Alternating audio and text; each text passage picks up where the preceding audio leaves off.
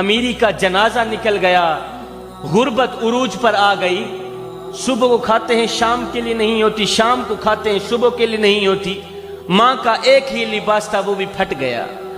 اللہ اکبر، جگہ جگہ سے جسم جھلک رہا تھا۔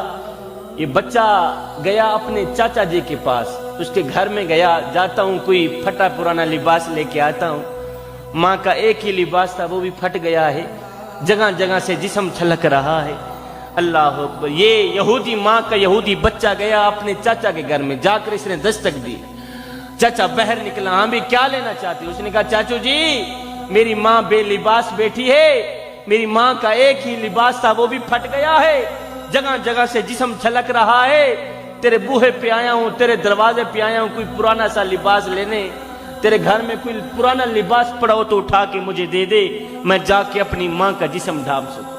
چاچو جی نے جو رویہ اختیار کیا تو بچہ روتا ہوا واپس آ ہی رہا تھا، راستے میں سے ایک شخص مل گیا۔ اس شخص نے کہا بچے تو کیوں رو رہا ہے؟ اس بچے نے کہا نہ پوچھ میاں، میری ماں بے لباس بیٹھی ہے، مجھے اس وقت لباس کی اشد ضرورت ہے، اپنے چاچا کے پاس گیا تھا لباس لینے، چاچو جی نے مجھے مارا ہے، دھچکارا ہے، دھکے دے کر حویلی سے باہر نکال دیا ہے، بس دل جو رو رہا تھا نہ آنکھیں بھی رو پڑی۔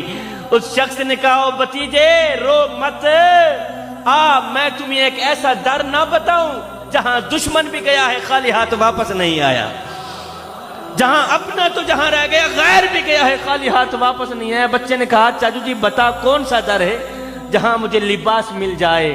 اس شخص نے کہا بھتیجے چلا جا صحن حرم میں، وہاں محمد نام کا ایک شخص بیٹھا ہوا ہے، اور میں نے سنا ہے اس کے بوہے پہ اگر دشمن بھی چلا جائے خالی ہاتھ واپس نہیں بھیجتا۔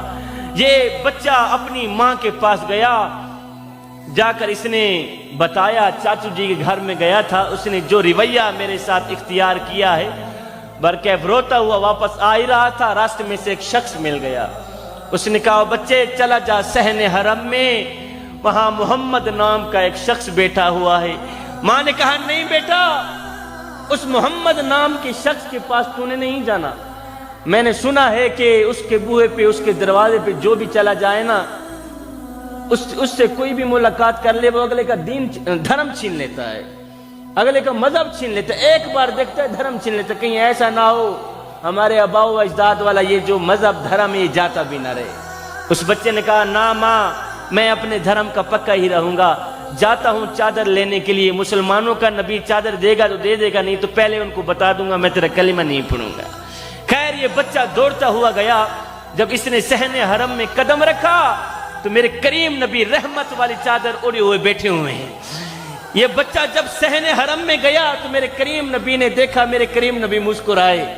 بچے نے کہا چاچو جی، ایسے بچے نے انگل کھڑی کی، کہنے لگا چاچو جی پہلے بتا دوں میں تیرا کلمہ نہیں پڑھوں گا۔ میرے کریم نبی نے فرمایا بچے بتا دو صحیح کیسے آنا ہوا؟ اس نے کہا میری ماں بے لباس بیٹھی ہے، گھر میں فاقہ ہی فاقہ ہے، غربت عروج پر آ گئی ہے، امیری کا جنازہ نکل گیا ہے، ماں کا ایک ہی لباس تھا وہ بھی پھٹ گیا ہے، میں تیرے دروازے پہ آیا ہوں چادر لینے کے لیے، چادر دینی ہے تو دے دے، نہیں تو پہلے بتا دوں میں تیرا کلمہ نہیں پڑھوں گا۔ مجھے میری ماں نے روکا تھا، اگر وہ چادر دے گا تو دے دے گا، نہیں تو تو نے اس کا کلمہ نہیں پڑھنا، میں پہلے بتا دوں میں تیرے کلمہ نہیں پڑھوں گا۔ اور میرے کریم نبی نے جیسے یہ سنا کہ اس کی ماں بے لباس بیٹھی ہے، اس کو اس وقت چادر کی اشد ضرورت ہے، اللہ اکبر، میرے کریم نبی نے اس کو یہ نہیں کہا یہودی ماں کی یہودی بچے یہاں سے دفع ہو جا، میری مدد تو صرف مسلمانوں کے لیے، میرے امتی کے لیے، نہ میاں نہ۔ اس نے جیسے ہی کہا میری ماں بے لباس بیٹھی ہے تو میرے کریم نبی نے اپنی رحمت والی چادر اتار کے اس بچے کے ہاتھ میں دے دی اور کہا بچے جا اپنی ماں کا جسم ڈھانپ کے آ، جا اپنی ماں کا جسم ڈھانپ کے آ۔ اور بچہ دوڑتا ہوا گیا، ماں گھر میں لیٹی ہوئی تھی، بچے نے جا کر رحمت والی چادر جب ماں کے اوپر اڑائی، ماں کے دل کی دنیا بدل گئی۔ ماں نے کہا بچے وہ کہیں اپنا دھرم تو نہیں دے کے آ گیا؟ بچے نے کہا نہ ماں دھرم بھی بچا کے آ گیا ہوں، اللہ اکبر چادر بھی لے کے آ گیا ہوں۔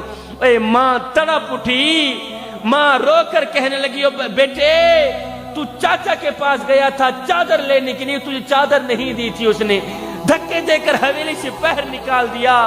ہے کتنا کریم ہے مسلمانوں کا نبی، وہ کتنا رحیم ہے مسلمانوں کا نبی۔ بیٹے اس نبی کو ماننا چاہیے، اس نبی کے دھرم کو بھی ماننا چاہیے، اس نبی کے مذہب کو بھی ماننا چاہیے، اس نبی کے خدا کو بھی ماننا چاہیے۔ کیوں؟ اس لیے کہ جو نبی غیروں کا اتنا خیال رکھتا ہے وہ نبی اپنوں کا کتنا خیال رکھتا ہے۔